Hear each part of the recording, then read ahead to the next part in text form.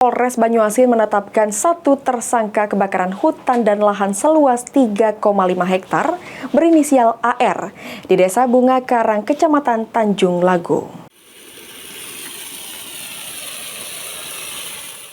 AR, warga Kecamatan Muara Telang, Kabupaten Banyuasin ditetapkan sebagai tersangka dalam kasus kebakaran hutan dan lahan oleh Polres Banyuasin. Tersangka diduga melakukan pembakaran lahan di Desa Bunga Karang, Kecamatan Tanjung Lago pada Agustus 2024 dengan total luas lahan yang terbakar mencapai sekitar 3,5 hektar untuk membuka lahan untuk perkebunan kelapa sawit. Kanit Pidana Khusus Pitsus Polres Banyuasin Ibda Faris Muhammad mengatakan, tersangka AR sendiri di hadapan petugas telah mengakui perbuatannya dan tersangka terancam hukuman 10 tahun penjara serta denda sebesar kurang lebih 10 miliar rupiah. Dalam kasus ini, tersangka bertindak seorang diri dan tidak ditemukan keterlibatan pihak lain dalam aksi pembakaran ini.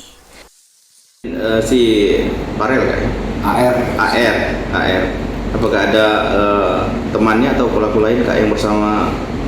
Untuk AR sendiri, dia mengaku melakukan pembakaran itu dan mengakui perbuatan tersebut sendiri, tidak ada orang lain. Modusnya cara membakar dengan menggunakan korek api, kemudian api itu membesar, membakar lahan lebih kurang 3,5 hektar. Tujuannya untuk membuka lahan kelapa sawit. Pihak kepolisian selanjutnya masih mendalami kasus ini guna memastikan penegakan hukum yang tepat terhadap pelaku karhutla, mengingat dampak yang signifikan terhadap lingkungan dan masyarakat sekitar akibat kebakaran lahan. Suryadi, PAL TV.